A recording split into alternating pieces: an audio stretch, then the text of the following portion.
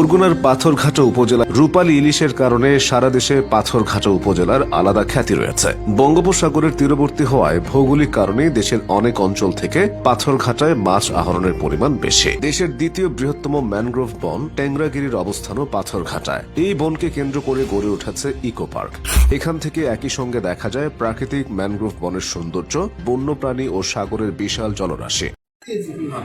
তাদের জন্য দোয়া করতে হবে, তারা যেন আরো বেশি বেশি মানুষের পাশে দাঁড়াতে পারে এবং এই অঞ্চলে যারা নেতৃত্বস্থানীয় লোকজন আছেন তারা যেন এই অঞ্চলকে ভালো রাখতে পারে। আমি প্রতিবন্ধী বিষয়ক কর্মকর্তা, পাথরঘাটা প্রতিবন্ধী সেবা ও সাহায্য কেন্দ্র, জাতীয় প্রতিবন্ধী উন্নয়ন ফাউন্ডেশন, সমাজ কল্যাণ মন্ত্রণালয়ের অধীনে আছি আমরা। সাধারণ শিক্ষার্থীরা যেভাবে লেখাপড়া করে তারা তাড়াতাড়ি খুব ডেভেলপ করে, কিন্তু এবারের ফল দেখেন রেজাল্ট যে প্রতিবন্ধী বাচ্চারাও শুধু পা দিয়ে লেখেও A+ পাইছে, এরকমও ঘটনা ঘটছে। তো সে তারই প্রেক্ষিতে প্রতিবন্ধী বাচ্চারা যদি পিছিয়ে না থাকে তাদেরও লেখাপড়ার দরকার আছে, এরা তো সমাজের বোঝা না।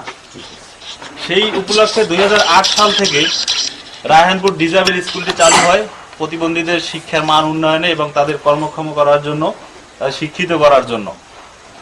কারণ আমরা একটা দেশে 17 কোটি মানুষ বসবাস করি, এর মধ্যে যদি 15 লাখ বা 16 লক্ষ প্রতিবন্ধী থাকে, তাদের যদি শিক্ষিত না করি আমরা তো সামনে এগোতে পারবো না। আমাদের সামনে এগোতে হলে SDG অর্জন করতে হলে প্রতিবন্ধীদের নিয়েই সামনে এগোতে হবে।